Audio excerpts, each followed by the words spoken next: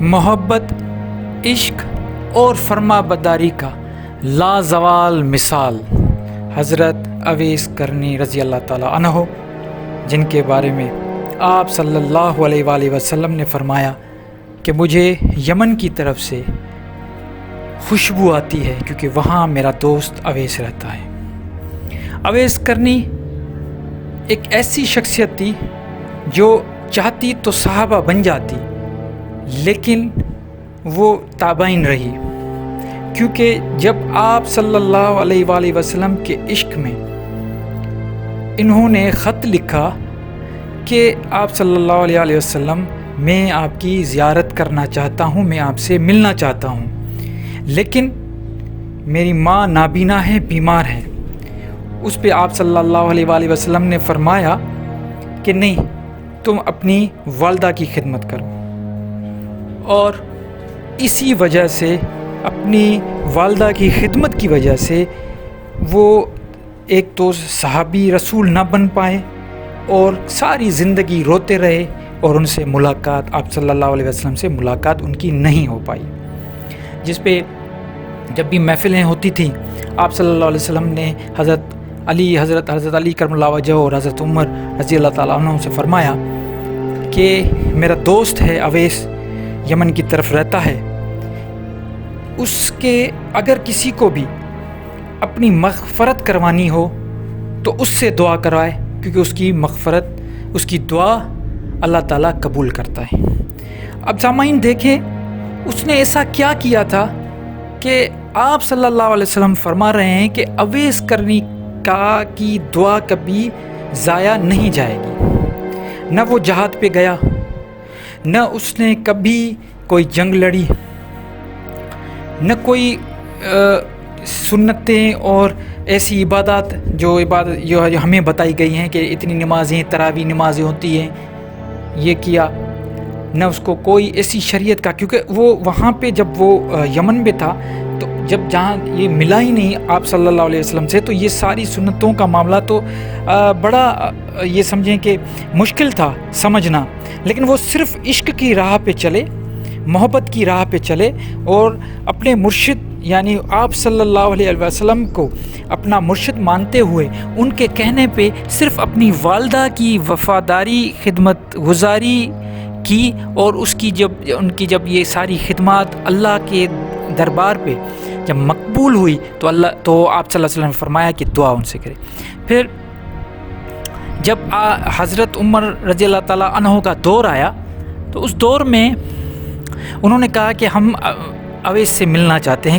کسی نے بتایا کہ یمن سے کچھ لوگ آئے حج کرنے، تو وہ حج کرنے میں جب آئے تھے تو انہوں نے کہا کہ سارے حاجی جو ہیں وہ سارے چلے جائیں سوائے وہ جو یمن سے آئے۔ پھر کچھ ہزار لوگ یمن کے تھے، وہ کھڑے ہو گئے۔ پھر ان سے یہ کہا گیا کہ جو کرنی سے آئے ہیں، وہ بھی علاقہ ہے، تو وہ بیٹھ جائیں، باقی چلے جائیں۔ تو کچھ لوگ ایسے تھے جو وہاں کرنی کے آئے تھے یمن سے، تو وہ بیٹھ گئے، باقی چلے گئے۔ پھر حضرت عمر نے فرمایا کہ جو لوگ اویس کو جانتے ہیں، یا ان کو اگر اویس نام سے کوئی بندہ ہے تو وہ بیٹھے، باقی چلا جائے۔ تو ایک آدمی صرف بیٹھا، باقی چلے گئے۔ تو ان سے کہا گیا کہ تم اویس ہو؟ تو ان کو کہا گیا نہیں، اویس میرا بھتیجا ہے، میں اس کا چاچا ہوں۔ تو انہوں نے کہا کہ ٹھیک ہے، ہم اویس سے ملنا چاہتے ہیں۔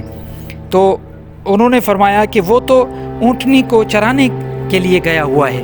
تو حضرت علی کرم اللہ وجہہ اور حضرت عمر رضی اللہ تعالیٰ عنہ، یہ دونوں شخصیت گئی اور جا کے دیکھا تو ایک سائے کے تلے حضرت اویس کرنی رضی اللہ تعالیٰ عنہ نماز پڑھ رہے تھے۔ جیسے نماز ختم ہوئی تو انہوں نے کہا کہ آپ اویس ہو؟ تو انہوں نے کہا بالکل۔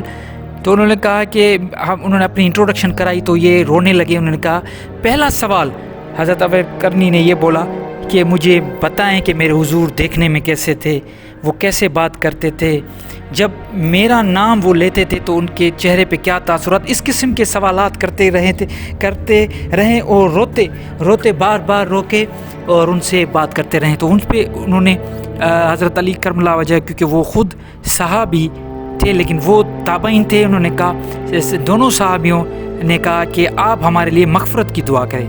تو اس پہ اویس رضی اللہ تعالیٰ عنہ نے فرمایا کہ آپ تو صحابی رسول ہیں، آپ مجھ سے کیا، میری تو حیثیت ہی کوئی نہیں، آپ مجھ سے دعا کروا رہے ہوں، آپ تو میرے لیے دعا کریں۔ تو اس کا جواب انہوں نے یہ دیا کہ ہم نے رسول اللہ صلی اللہ علیہ وآلہ وسلم سے یہ سنا تھا کہ اگر اویس مل جائے، اگر وہ کسی کے لیے بھی ہاتھ اٹھائے گا تو کبھی بھی اس کی دعا کبھی بھی ضائع نہیں جائے گی۔ تو یہ نہ وہ اویس کرنی کوئی قسم کے صحابی نہیں تھے، کوئی نبی نہیں تھے، کچھ بھی نہیں، لیکن ولی اللہ کے عہدے پہ فائز تھے اور اتنی بڑی ہستی، یہ ان کو صرف 2 چیزوں پہ ملی ہے، کوئی دوسری چیز پہ نہیں ملی۔ جو ہمیں روایات بتاتی ہے، جو بھی ہمیں ہسٹری بتاتی ہے، وہ یہی بتاتی ہے کہ ایک تو وہ ماں کا بہت بڑا فرما بردار تھا اور دوسرا عاشق رسول تھا۔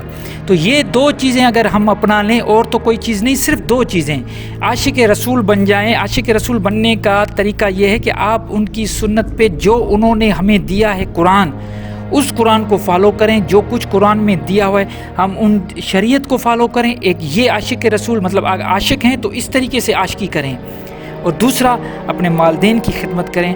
یہی ایک 2 رستے ہیں جس سے راہ نجات ہے۔ باقی ساری چیزیں بولنے تک ٹھیک ہے، یہ ساری چیزیں آپ سنتے رہیں گے، کہانیاں چلتی رہیں گی، لیکن اصل بات تو یہی ہمیں اس واقعے سے، حضرت اویس کرنی رضی اللہ تعالیٰ عنہ کے واقعے سے ہمیں یہ سبق ملتا ہے کہ سب سے پہلے عاشق رسول بننا ہے اور ان کی دی ہوئی شریعت کو فالو کرنا ہے۔ نمبر 2، ہمیں اپنے والدین کی خدمت کرنی ہے۔